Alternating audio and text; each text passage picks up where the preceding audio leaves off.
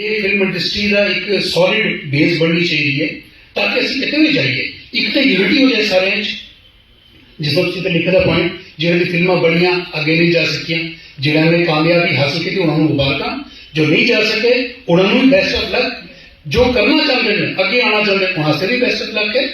ਤੇ ਜਿਹੜੇ ਤੁਹਾਡੇ ਮਕਸਦ ਨੇ ਉਹਨਾਂ ਵਾਸਤੇ ਪੂਰਾ ਮੈਂ ਨਾਲ ਮੈਂ ਕੱਲਾ ਨਾਲ ਨਹੀਂ, ਮੇਰੀ ਤੁਹਾਡਾ ਕੱਲ ਪਰਸੋਂ ਵਾਲੀ ਗੱਲ ਹੋਈ, ਮੈਂ ਕਿਉਂਕਿ ਕਸ਼ਮੀਰੋਂ ਨਿਕਲਿਆ ਮੈਂ ਦਿੱਲੀ ਸਾਂ ਤੇ ਲਈ ਮੇਰੀ ਫੋਨ ਤੋਂ 2-4 ਬੰਦੇ ਨਾਲ ਗੱਲ ਹੋਈ ਹੈ। ਉਹਨਾਂ ਨੇ ਕਿਹਾ ਤੂੰ ਜਾ ਕੇ ਸਾਡੇ ਤੱਕ ਗੱਲ ਕਰ ਕਿ ਇਸ ਮਕਸਦ ਵਿੱਚ ਦੇਖੋ ਜੀ ਯੂਨਿਟੀ ਜਿੱਥੇ ਆਏਗੀ, ਜਿੱਥੇ ਮੇਰੇ JNK ਦੇ ਫਿਲਮ ਮੇਕਰ ਹੋਏ, ਆਰਟਿਸਟ ਹੋਏ, ਉਹਦੀ ਗੱਲ ਹੋਏਗੀ ਮੈਂ ਖੜਾ। ਮੇਰੇ ਕੋਲ ਕੁਝ ਵੀ ਤੁਸੀਂ ਕਰਾਉਣਾ, ਮੇਰੇ ਕੋਲ ਜੋ ਪ੍ਰੋਮਿਨੈਂਟ ਲੋਕ ਹਨ ਉਹ ਵੀ ਇਸ ਮੂਵਮੈਂਟ ਦੇ ਨਾਲ ਜੁੜੇ ਜੇ। ਤੁਸੀਂ ਆਪਣੇ ਆਪ ਨੂੰ ਇਕੱਲਾ ਨਾ ਸਮਝੋ। ਇਹ ਸਿਰਫ ਮੁਹਿੰਮ ਜਿਹੜੀ ਜੰਮੂ ਤੱਕ ਮਹਿਦੂਦ ਨਹੀਂ ਹੈ, ਕਸ਼ਮੀਰ ਵੀ ਤੁਹਾਡੇ ਨਾਲ ਹੈ, ਕਿਉਂਕਿ ਜਿੱਥੇ ਆਰਟਿਸਟ ਦਾ ਫਾਇਦਾ ਹੋਏਗਾ, ਫਿਲਮ ਮੇਕਰ ਦਾ ਫਾਇਦਾ ਹੋਏਗਾ, ਇੱਕ ਇਕੱਠੇ ਆਉਣ ਦਾ ਮੌਕਾ ਮਿਲੇਗਾ ਤਾਂ ਅਸੀਂ ਸਾਰੇ ਇਕੱਠੇ ਹਾਂ, ਅਸੀਂ ਸਾਰੇ ਤੁਹਾਡੇ ਨਾਲ ਹਾਂ। ਮੈਂ ਤੁਹਾਨੂੰ ਜ਼ਿੰਦਾਬਾਦ ਕਰਨੇ ਆ। ਕੁਝ ਅੱਛਾ ਹੋਵੇ ਆਰਟਿਸਟ ਵਾਸਤੇ, ਅਸੀਂ ਥੀਏਟਰ ਨਾਲ ਵੀ ਜੁੜਦੇ ਹਾਂ, ਟੈਲੀਵਿਜ਼ਨ ਨਾਲ ਵੀ ਜੁੜਦੇ ਹਾਂ, ਅੱਜ ਫਿਲਮਾਂ ਨਾਲ ਜੁੜ ਰਹੇ ਹਾਂ, ਲੇਕਿਨ ਕੁਝ ਅੱਛਾ ਹੋਏ ਸਾਡੇ ਸਾਰਿਆਂ ਵਾਸਤੇ, ਇਸ ਤੋਂ ਅੱਛੀ ਕੋਈ ਗੱਲ ਹੋ ਨਹੀਂ ਸਕਦੀ। ਤੇ ਮੇਰਾ ਪੂਰਾ ਸਹਿਯੋਗ, ਬਲਕਿ ਮੇਰੇ ਕਸ਼ਮੀਰੀ ਸਾਥੀਆਂ ਦਾ, ਜੰਮੂ ਦੇ ਆਰਟਿਸਟਾਂ ਦਾ ਸਹਿਯੋਗ ਤੁਹਾਡੇ ਨਾਲ ਹੈ। ਜੋ ਵੀ ਕੁਝ ਅੱਛਾ ਹੋਏ ਆਰਟਿਸਟਾਂ ਵਾਸਤੇ, ਫਿਲਮ ਮੇਕਰਸ ਵਾਸਤੇ, ਆਰਟ ਐਂਡ ਕਲਚਰ ਵਾਸਤੇ, ਅਸੀਂ ਤੁਹਾਡੇ ਨਾਲ ਹਾਂ। ਜ਼ਿੰਦਾਬਾਦ।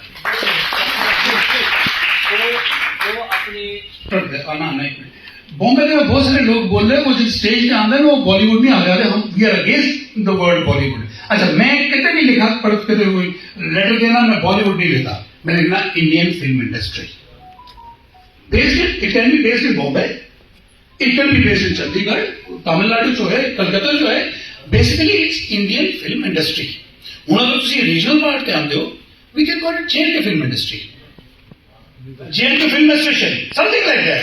मतलब वुड मेरी जाती राय है, हो सकता है वुड मैंने लगता नकल असी कुछ होते हैं उन्होंने को हिंदुस्तान की सभ्यता, हिंदुस्तान की सिविलाइजेशन बहुत बड़ी जी। तुसी बड़ी अच्छी use the very good word कि वुड नहीं होना चाहिए, क्योंकि वुड जेड़ा वर्ड है वो डायरेक्ट होता है हॉलीवुड, बट तुसी सजेशन दी है कि JK इंडस्ट्री होना चाहिए।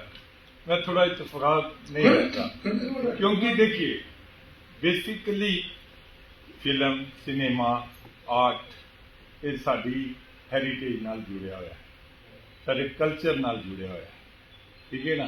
तुझे क्या दो कल्चर ना, मैं कहना हर 50 किलोमीटर के बाद we have Bhaderwah culture, we have Doda culture, different culture.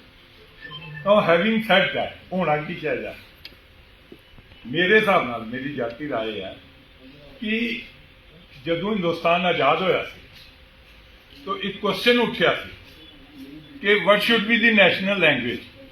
लोगों ने कहा जी हिंदी होनी चाहिए, उन्होंने कहा नहीं, कई स्टेट्स ने जड़ियाँ हिंदी नहीं बोल दियाँ, तो वो ना इंडस्ट्री भी क्यों रखे, इंग्लिश ने सिनेमा पर क्यों ना आई है। मेरी ये सजेशन है कि ऐसा ना इन्हों इतनी जल्दी डिसाइड ना करो, let you have the public suggestion जिदे हिंदुस्तानी लफ्ज यूज होए। नंबर 1 मैं एक अपनी हम्बल सजेशन दी थी।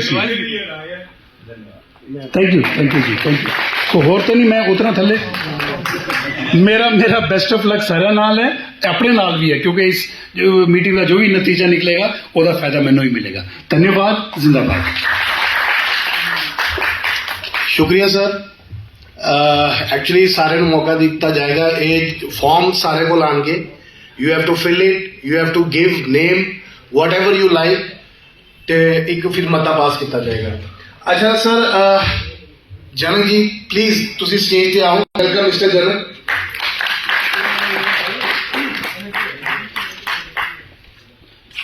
मंचर फिल्म इंडस्ट्री स्टार्ट हुई ही उस वेला उसका ना हॉलीवुड भी ना आया है। जेड़ा पहला प्रोड्यूसर हा अमरीकन फिल्म इंडस्ट्रीज का, वो एक ट्रेन च सफर करा करता हा, तो ओदे जहन च आया कि इस जगह का कोई नाम रखा जा, और ट्रेन च सफर करते उसी नाम जड़ा है दिमाग में कुसा के थ्रू आया, तो उन्होंने उसका नाम हॉलीवुड जड़ा रखी दिता। मैं इतफाक कर मैं जॉलीवुड रखे था। की रखा जॉलीवुड क्योंकि पहली फिल्म जिस 1935 आसामी च बनी ही उस बंदे का नाम है जो प्रोड्यूसर डायरेक्टर राइटर एडिटर सब कुछ है, उस बंदे का नाम है ज्योति अग्रवाल।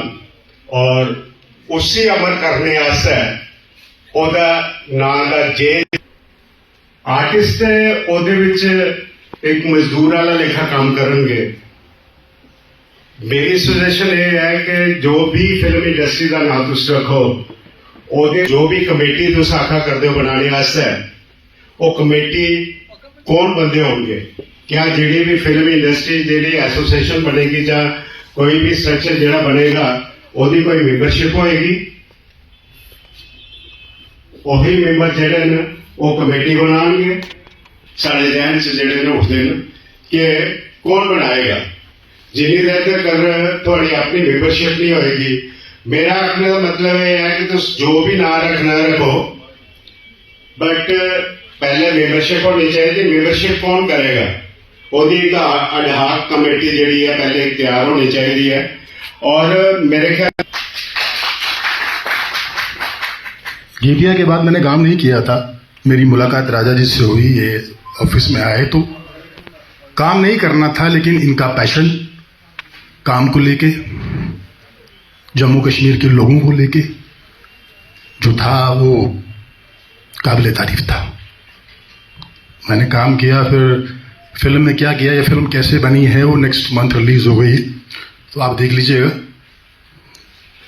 अब बाकी जनक जी ने बोला है, मुश्ताक जी ने बोला है, सब बातें वो बोल चुके हैं। लद्दाख के हैं, जम्मू के हैं, हम हिंदू मुस्लिम सिख ईसाई बाद में हैं। जो कलाकार आदमी होता है, कलाकार का पहला मजहब उसकी कला होती है, बाकी सब चीजें बाद की। हिंदू मुस्लिम बाद में हो, सिख ईसाई बाद में हो, हमें उन सब लोगों को साथ लेके चलना है, चाहे वो कश्मीर का है। मैं ये कहता हूं कि it's a country, it's not a state. यहां 50 किस्म की लैंग्वेज बोली जाती है।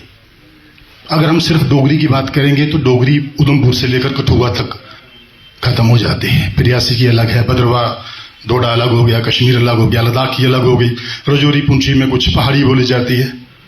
तो आप कितनी लैंग्वेजेस में बनाओगे?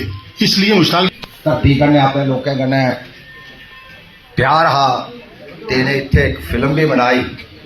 ਉਹਦੇ बावजूद इनके मन दे विच जेहड़े विचार आए कि नहीं साड़ी जी JNK इंडस्ट्री है भी एक ना होना चाहिए, क्योंकि जिन्ने चिर तक कोई चीज़ की पहल कोई नहीं कर इन्ने चिर तक कोई भी काम जोड़ा वो सफल नहीं होता। क्योंकि अगर JK फिल्म इंडस्ट्री गौरमेंट अगर नहीं अनाउंस करती तो शायद ये अज तक ये नाम की चर्चा या इस विषय पर गल नहीं बनती।